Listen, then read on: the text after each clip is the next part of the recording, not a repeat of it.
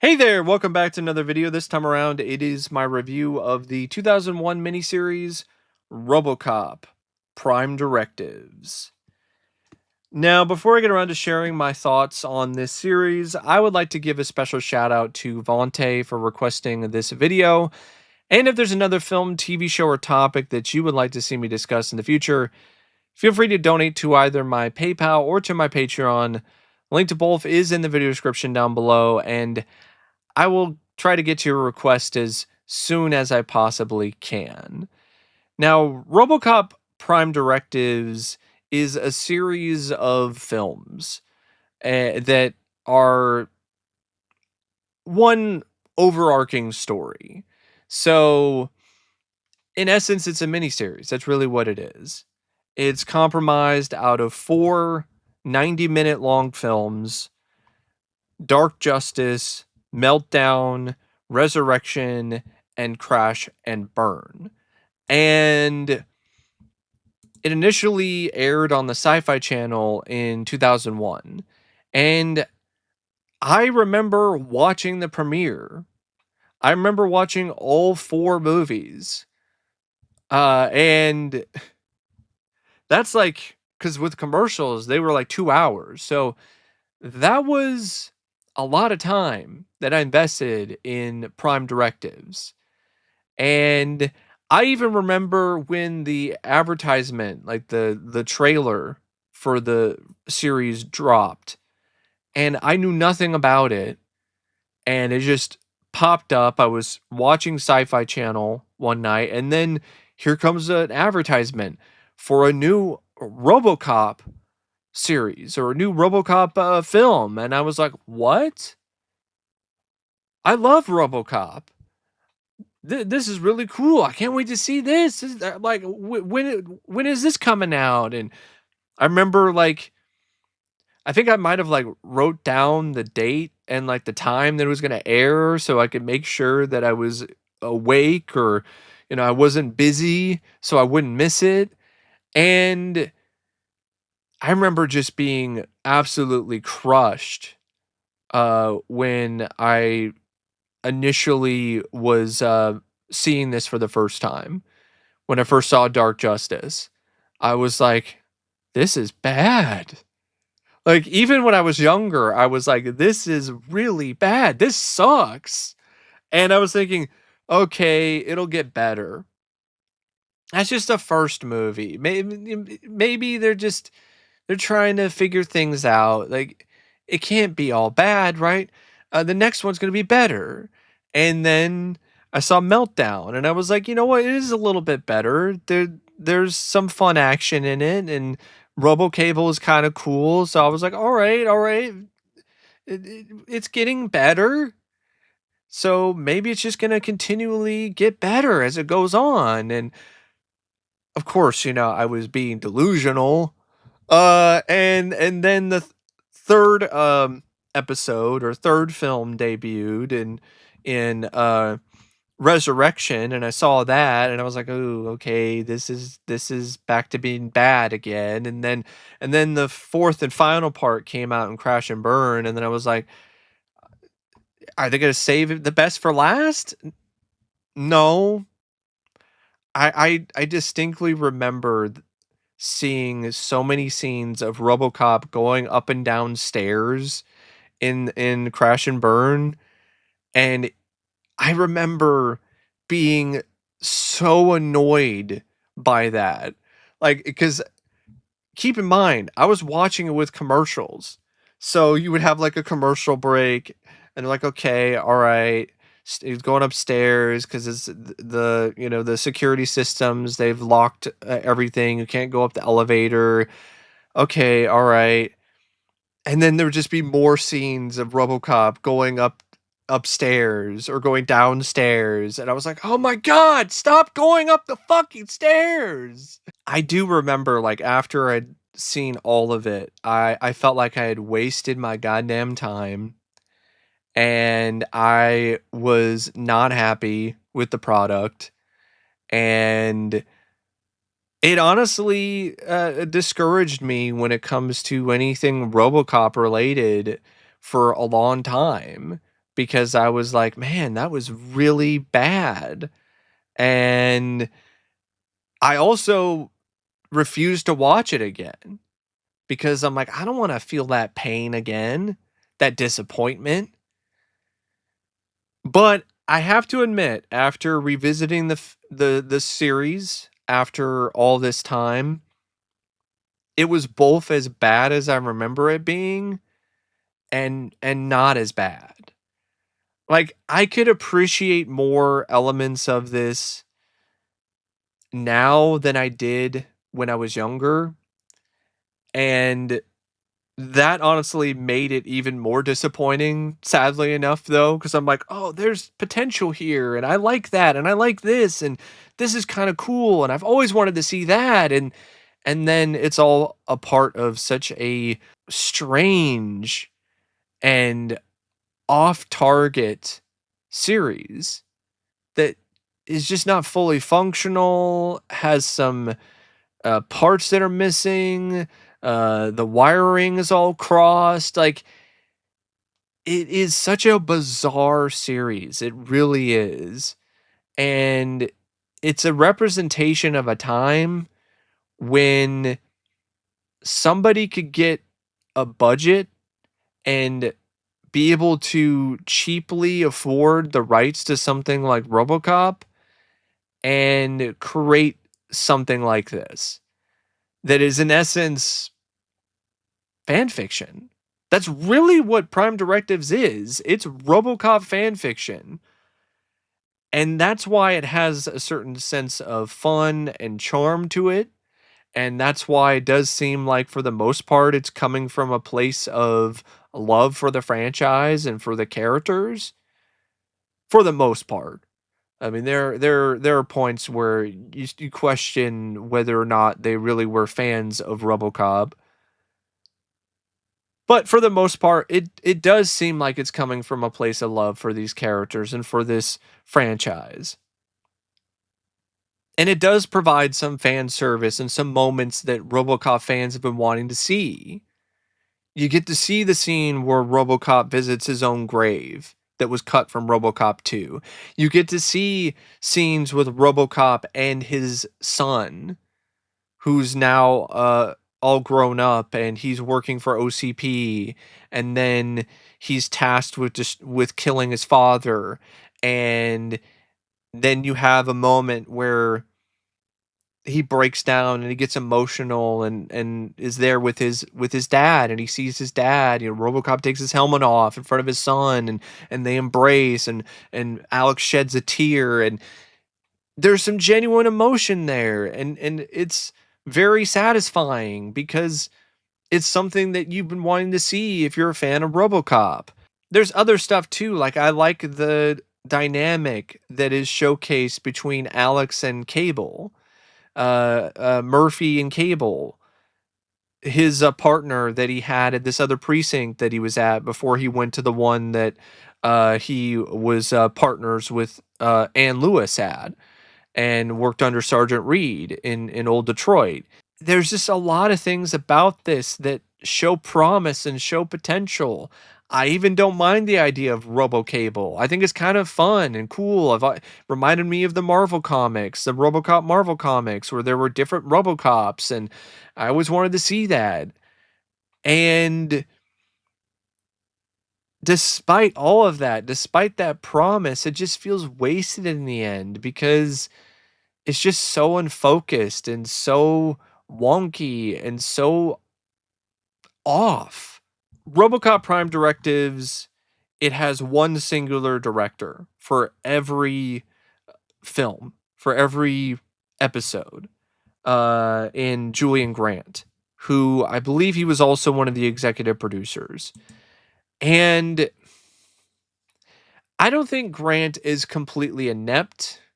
I don't think he's completely incompetent, but I also don't think he's a very good director. I think a better director definitely would have helped this series immensely. Like, maybe get somebody who worked on RoboCop the series, who has experience directing a RoboCop show.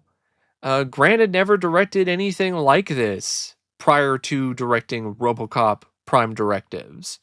And afterwards, he didn't go on to do a whole lot unless you think Airborne with Steve Guttenberg is a winner.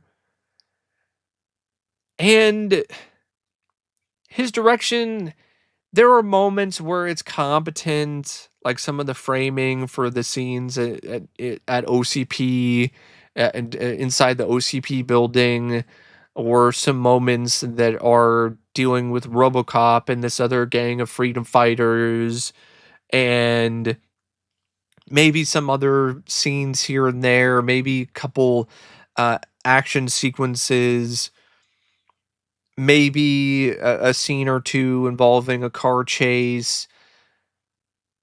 But a lot of the time, the framing, the usage of zooms and pans and different angles, it's just very inconsistent in terms of its quality and the overall approach that the director has for honestly any given scene. There's also a lot of scenes that are not lit very well or inconsistently, and he just does not know how to shoot this low budget production in a way that makes it seem like it is a bigger budgeted affair, which is not the easiest thing to do, but the best directors, they know how to do this, and they do it rather consistently, and it's a skill. Some directors have it, some don't, and I really don't think Grant had or has that skill. And so a lot of this production's warts, a lot of this production's problems are exposed, and it becomes very glaring and obvious because he just doesn't know how to hide them or blur the lines or not put a giant spotlight on them.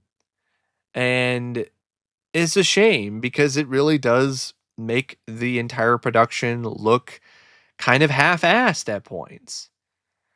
And I don't think he really was the best guy to shoot Paige Fletcher in particular. Paige Fletcher, he's a short guy. You have to frame him in a way that makes him appear bigger and not like a runt.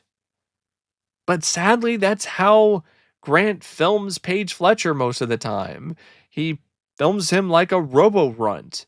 Like if I was somehow directing something like this and I knew that my lead actor was a short guy, was a shorter man, I'm not going to make him look bad, make him look like a little runt, and I'm not going to really shoot him in a way that makes the audience laugh at RoboCop. Instead of you looking at him like, oh man, that's cool. I love RoboCop. And then you see him and then you're like, what is this Oompa Loompa doing wearing a RoboCop suit? And it makes me feel bad for Paige Fletcher because, yeah, I call him Robo Runt, but that's because that's what he looks like. But the performance isn't runt worthy. Like, Paige is actually not bad. He's actually kind of good in this. Despite the fact that he's shot in a way that makes him look really short and not imposing, and the makeup is really cheap, and when he takes his helmet off, they really fucked up because he's got a giant bullet casing in his forehead for some reason that looks ridiculous. But beside all of that, Paige's acting in this is actually pretty good. It's just a shame that he didn't have a better director that could really elevate his performance even more. And I think that is a problem with this series. There's not a lot of elevation going on when it comes to the director, whether it's elevating the production values or elevating the performances of the cast, or just the overall films, the overall episodes. It's written by Brad Abraham and Joseph O'Brien, and this screenplay, this is frustrating. This is a very frustrating series of scripts because there's potential, there's some interesting ideas, there's some promise, but it's ultimately flushed down the drain because it's not focused enough. I really feel that this entire endeavor would have been much better if it was just one singular film. Take one plot, the computer virus plot, or the plot with with Saint, and pick one and stick with that, and then flesh out more of the stuff with Murphy and Cable, and the scenes with RoboCable, and the stuff with James Murphy, and the whole dynamic between him and Alex, and focus on that primarily, and put in as much action as you can fit in there, and make the best possible 2 hour long, with commercials, story you can. A singular 90-minute long movie that's just the best RoboCop story and continuation of the series that you can come up with, instead of whatever the hell this was, because this was just so all over the place. The first film, for instance, Dark Justice, despite the fact that there are some things about it that I like the background stuff. I like the character depth that's provided with John Cable and Alex Murphy. I like that. I actually like that a lot. It was nice to see Alex as a cop and what was going on with him and his partner prior to him going to old Detroit, and partnering up with Ann Lewis, and then getting shot and killed, and then getting turned into RoboCop. I really like that. It was nice to see that. And I feel the writers, they did a great job really establishing and building the dynamic between Murphy and Cable. It becomes this kind of Days of Our Lives soap opera drama with OCP executives, and it's just boring and not at all what you're wanting to see from a RoboCop film. Maybe a little bit of that, but not most of it. Most of Dark Justice is that, and flashbacks with Alex and John. There is some action, but not much. Like, the first part does not have much action at all. I think there's maybe like 2 action scenes in the entire movie, and it just makes for a very dull opener. It's a very weak opening film because a lot of it is just establishing character depth, establishing the plot, and really not much else beyond that. That's also where you get a lot of Bone Machine, and Bone Machine is just a atrocious character. I don't know what the hell they were thinking. Bone Machine looks like a reject from Black Scorpion. The guy looks like he's wearing the same mask that Shao Kahn wore in Mortal Kombat Annihilation at points. Like, did he steal it from the set of that piece of shit? Is that what's going on? He's wearing the Shao Kahn skull mask? And the Bone Machine is just a lame villain. It's just some fat ass with like gun arms and like some jetpack thing, I think, and wearing a shitty looking skull mask. There's a lot of stuff involving double crosses with the OCP executives, and I don't really give a shit. I don't care about that. I want to see more of RoboCop. I want to see what's going on with him. I liked the stuff with Robo and his caretaker, basically, was this older lady who was like taking care of him and fixing him up and everything. Dr. Colleen Frost. I like the way that they wrote her in the few scenes that she had in the series. I think some of her best bits are in Dark Justice.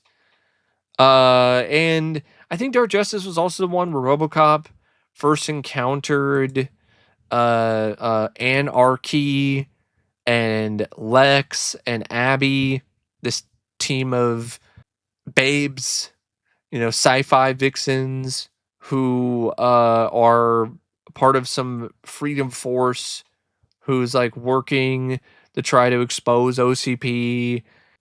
They wind up really, they just wind up kicking RoboCop's ass, which is another problem that rears its ugly head way too often in this series. It's like they took a page from RoboCop 3, and RoboCop spends a good amount of time on his shiny metal ass again. And I'm like, God, why do we have to keep doing this? Like, I don't want to see RoboCop get his butt kicked. I don't want to see RoboCop be a robo-pussy. I don't want to see that. That's not what I want out of RoboCop. There is MediaNet. That's a very common thing throughout every episode is MediaNet broadcasts, yeah, which is, a big part of RoboCop. So these fake news broadcasts, and you have the fake advertisements and the attempt to try to make it look like you're watching the television of Delta City programming. But a lot of the attempt at satire, a lot of the attempt at comedy is really bad and not funny. And the media net segments most of the time just come across more distracting and just ugly to watch than anything else.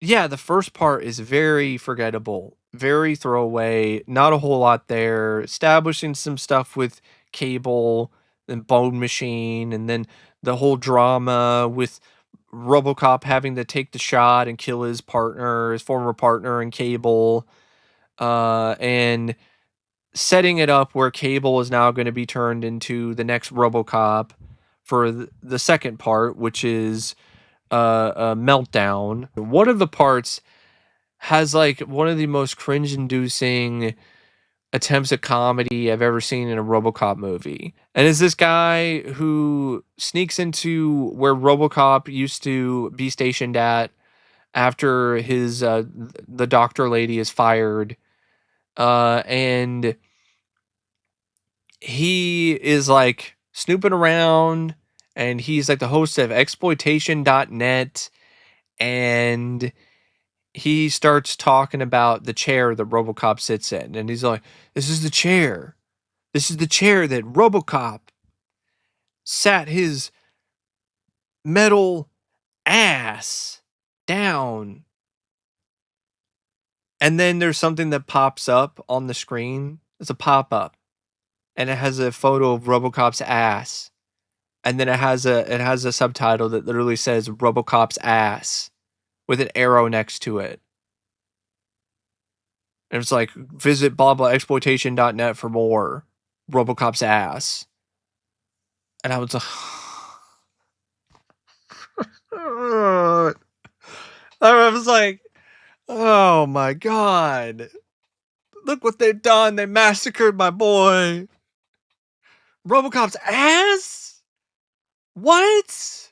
So there are moments where you can laugh at it, like just because of how bad it is. But then there's other moments where you cringe. You really cringe hard. And that's definitely a problem with every script and every part of this series. Just moments that make you cringe, moments that make you laugh uh, unintentionally, and a few moments that might make you laugh on purpose because they're supposed to be a joke. But a lot of the time, it's unintentional laughter and cringe when they're trying to be funny or satirical. Out of the four parts, Meltdown is my favorite because it has the most action. Like, there's a lot of gunfights, a lot of gunplay in this. RoboCop and RoboCable shooting at each other, smashing through walls, and this is also where stuff like the OCP special products or special product services is introduced, which is this contingency plan that Dick Jones had before he died, which is this group of special forces that will uh, essentially kill and take out RoboCop. And so I like that. It's not very believable though, because there's a bunch of jabronis wearing paintball uniforms, complete with paintball helmets. I'm like, these are the guys who are gonna stop RoboCop? Yeah, sure they are. But there's still a lot of explosions, a lot of gunplay, not as much boardroom politics in this one. Uh, they're really they're definitely milking the Saint thing.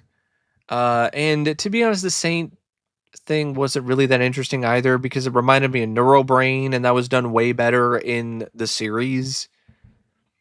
I was like, okay, we're doing Neurobrain, but not as cool, not as interesting, and lamer. Okay, that's a good concept, good idea. Not really. At least the computer virus Legion, like that was felt a little bit different. And then there's like the occasional bit, like a fake cartoon that's kind of fun. And there's a weird ad for Otomo, which is this electronic bear that looks like something out of Tim and Eric. It really does. And so there's like moments where you're like, okay, that's awkward and weird, but kind of funny. But then there's other moments where you're just like, can we just stop? Can we have another scene with RoboCable shooting bad guys or RoboCop actually doing something? Can we stop trying to be funny and clever and attempting this really bad satire that's cringe-inducing to watch? It doesn't stop there. I mean, there's other there's lines of dialogue that are really bad too. Like there's a scene in Resurrection where RoboCable finally corners the guy who's the head of the special product services, and he says this line: "Finally, I got your big fat black ass." And then he grabs a sledgehammer and then kills the guy. I was like, what in the fuck? Finally, I got your big fat black ass. The fuck is this? And so there's dialogue like that. There's a bit where RoboCop gets like an upgrade from the Freedom trio. I feel good. Damn good. But there is some good stuff. Like there is a scene where RoboCop goes and visits his own grave and gets frustrated because he is remembering things and smashes the gravestone. I really like that scene. There's a flashback with a Cable and Alex where they're on patrol and they wind up running into the home of a serial killer. And it's almost like RoboCop meets Seven. Kind of a fun idea. I like that. But then you got RoboCable with a hammer killing a guy after he says, "I got your big fat black ass." Also, I think Resurrection is the one where RoboCop is just offline for a good chunk of the movie, and RoboCable is doing most of everything. And like Meltdown, I would say is the best one out of the series because it has the most action, the most explosions, the most gunplay, and I think it's the best paced, but it still has issues. Episode 3 is Resurrection, and it really is where things start to go even more downhill. There is some elements of it that I don't mind, but this is where you introduce this guy named Kadic, who he takes control of Cable. And I was like, we already went through this shit. Like, Cable was under control by OCP, and he was being used by Sarah Cable, and RoboCop was being blamed for all the carnage that he was causing, and they were trying to kill RoboCop, and then RoboCop and RoboCable faced off with one another, and then Murphy found a way to get to Cable and get him to remember that he's a cop and that he was friends with Alex, and they team up together and they kick some ass, and you're like, yes. And then they're on the run together, and then Murphy winds up just basically out of commission for half the episode in Resurrection because he's being repaired by the Freedom Trio, who were involved, who helped him, because that's where you're introduced to them more and you get to see that they weren't really bad guys like you initially thought they were. Murphy is trying to help them and saves the daughter of Anarchy and it starts to get some more respect from her and gets on her good side. And these characters, despite their dumb names, they're okay, but I can take or leave them, to be honest. And it really shows how weak the scripts are if you have these characters die and you don't really feel much. Because it's exactly what happens. All three of them die at some point in the series. And you're just kind of like, eh. But in Resurrection, you're introduced to a new villain. So this is just a mistake anyway. You don't do this. You don't have like Damien and Sarah Cable and OCP be the bad guys for the first two episodes and then introduce some random guy out of nowhere named Kadic who used to work for OCP, who has this Legion virus that he's trying to unleash via satellite that'll cause technology and humans to die equally. And I kind of like that idea, a virus that can corrupt humans and machines. I like that a lot more than Saint. Maybe if Kadic be introduced earlier on or something, instead of this like halfway through the show, now there's this new bad guy who's played by the lead from Forever Night of all people, and don't have him like start controlling Cable again. So now we have to go through this whole thing of, well, is Cable, can we trust Cable? And how is Murphy going to get through to Cable and get him to break out of his mind control? And I'm like, we already did that in the first two parts and now we're doing it again. Then you have the finale, which is Crash and Burn. And at this point, Murphy, he's been rebuilt. He's working with the Freedom Trio, trying to stop Kadic. And now Murphy, he has won over his son. James is on his side now because James in Resurrection, that a lot of the more effective scenes in that were between RoboCop and his son, and he's tasked with trying to destroy him, and he ultimately decides not to. And there's a really nice moment where he breaks down and hugs his dad. And part 4 is just whatever is left of the Freedom Trio, because it's not really a trio anymore because the other two gals got shot and killed in Resurrection. So now it's just Anarchy, RoboCop, and James Murphy. They get into the souped up old GTO, like old school car. I'm surprised it wasn't a 6000 SUX. I'm surprised they didn't make that callback. And they drive to OCP. Kadic is already there with his daughter, Jordan, who has the Legion virus in her. He has to finish uploading it inside of OCP's complex because he wasn't able to do it with the satellite because RoboCop drove in with a car and smashed it.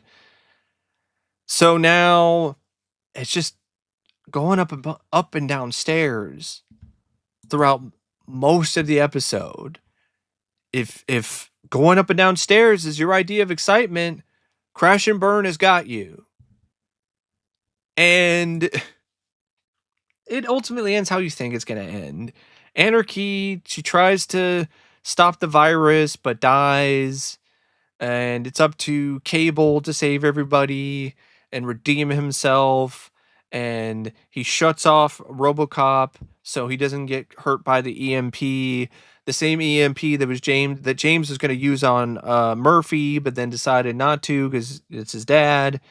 And Kadic gets defeated, and Legion gets blown up essentially, taken care of via the EMP.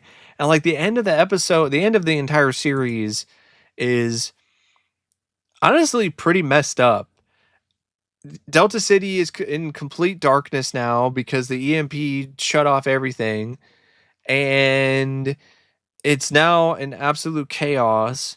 And all that you have is Murphy and his son and Anarchy. Well, not Anarchy, she's dead. So it's just Murphy and his son, and Murphy's son doesn't even want to help RoboCop. RoboCop's just like, here are my prime directives, and then goes off into the night, outnumbered by like thousands, going into like Detroit, that's in a complete pitch black darkness, in a blackout, and just probably completely rampant with crime, and with even more guns now, because that's what Damian Lowe's bright idea was, is to give people so many more guns, try to stop crime. And Damien, by the way, he was dispatched in kind of a cool way. He gets cut up with a bunch of lasers, but like Sarah Cable basically gets away with it in the end. She doesn't really get much of a comeuppance. Cable, he does redeem himself, which was nice to see. But I think you could have done that in a different way. Why maybe don't have him snap out of his mind control so early on in the series. Maybe wait to do that until later, so then that carries even more weight. Um, or maybe don't even do that at all.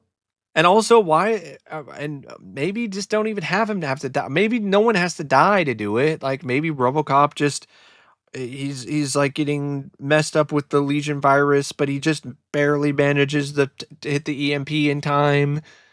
But because of the fact that he was somewhat affected by the Legion virus at the time, he wasn't completely all there, because he was starting to kind of deteriorate a little bit, and that somehow protected him from the EMP. Some fucking bullshit would have been fine. Like not having RoboCop be really the one involved in the end to save Detroit, I think that was lame, and I don't think that was really the best decision. So is putting him out there into basically a wasteland of crime. Like I understand that's what he's used to, but he's like 10 years older now. He's outmoded, and now he's outgunned, and he's outnumbered. He's going to die. They're going to strip him for parts, and they're going to roll his head down onto the ground right in front of his son. So there's a lot of issues with these scripts. I could probably list and discuss more, uh, but I'll just condense them down here for you. Too many subplots, too many characters, too much boring OCP boardroom politics and power struggles with Damien and Sarah Cable and the old woman. Uh, Two conflicting main plots and main threats with Saint and this virus. Having them work together doesn't really fix anything. Uh, so much padding to the point where it hurts, especially with Crash and Burn, where so much of it is just going up and down stairs. Too many moments where RoboCop just feels like he's not really that important, or he's just on the sideline, and we're focusing on RoboCable or someone else. And all in all, the action when it is there, kind of fun. Other times, kind of repetitive and kind of boring. And it is trying to be a little bit more graphic, a little bit more violent, but they don't have the budget, so a lot of the time it looks really bad. Like this is some of the fakest blood I think I've ever seen, and some really, really bad CGI. And that's another problem with this entire series. Like really cheap visual effects. Like straight up not just direct to video, like the kind of stuff that you would see from Roger Corman, like that kind of production values, those kind of effects.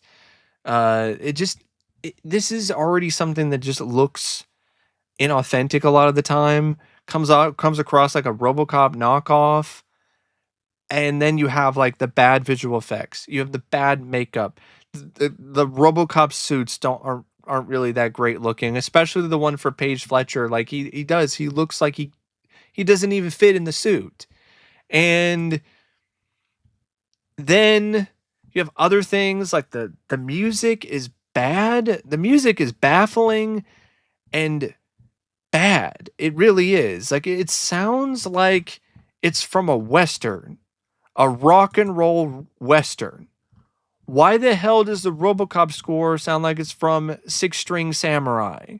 I don't understand this thought process by Norman Orenstein, who did the score for this.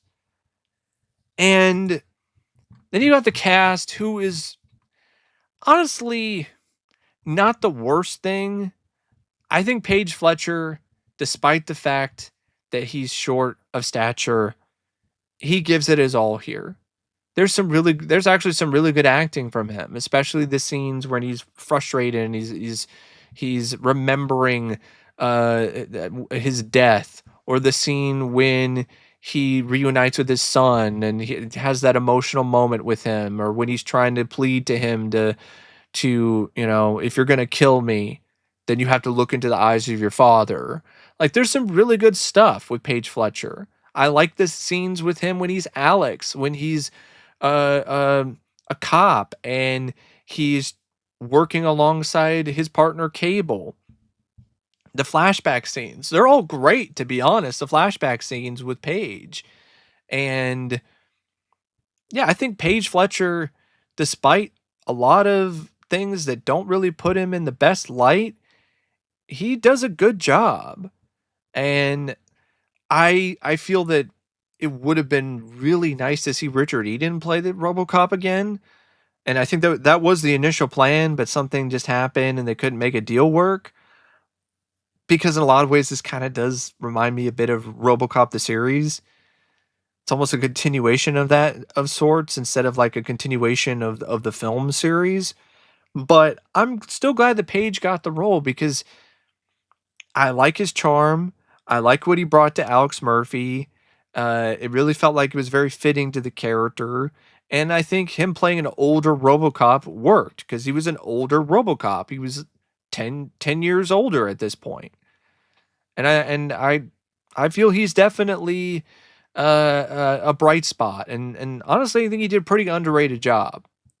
I mean, I crapped on him in the past, but a lot of it was due to him being too short and looking like he doesn't fit in the suit. But I forgot that he actually did a pretty good job playing RoboCop and playing Alex Murphy. So from that perspective, I think he did his job, and then some, actually. He made the most that he possibly could out of what he had to work with. And I felt Maurice Dean Wint as Cable was also pretty good. Not so much as Robo Cable, but the stuff when he was just himself, when he was just normal Cable, especially when he was working alongside Paige Fletcher, I thought he was great. And he even had some good fun lines too, like even from the very beginning. Uh, Unless you want to wear your assholes as earrings, get out of my way, stuff like that. Like, or your asshole as earrings. Because I don't know of anybody who has two assholes. um, but yeah, I thought that was a good role, and I thought he did a good job playing the character. And RoboCable was still okay, but I don't think it was as good as what Paige Fletcher did as RoboCop. Maria Del Mar, she was smarmy and also kind of sexy as Sarah Cable. Like, I also didn't mind her performance. Anthony Lemke as James Murphy, he was okay. He was fine. Except when he was trying to act like he's a little kid and being super excited. That was cringe. But the other stuff, he was fine when he wasn't trying to be over the top. Leslie Hope as Anarchy, just average. Geraint Wynn Davies as David Kadick, like, dear fucking God, man. Jesus Christ. I mean, holy shit, man. Like, you were great in Forever Night. I like you in that show. It's a fun show. What is this? Just hamming it up, chewing the scenery, just embarrassing, bad performance, awful, awful shit. Kevin Jubinville as Damian Lowe, like, the guy has one gear. It's just mildly irritating. That's it. That's the only gear that this guy has. Mildly irritating and Canadian. That's it. The rest of the cast, I mean, Eugene Clark is Carver, Marni Thompson is Abby, Francoise, Yip. Um, they're all fine, decent enough for what they're asked to do. When it comes to their performances, it is honestly in a lot of ways an instance of, you know what? I know you like RoboCop. I do too, but the saying is you can have too much of a good thing. This is an example of that. You can have too much RoboCop, and then it can be a Robo flop. I really don't know what else to say about RoboCop Prime Directives, except thanks for watching my long-winded review, and have a Robo Day.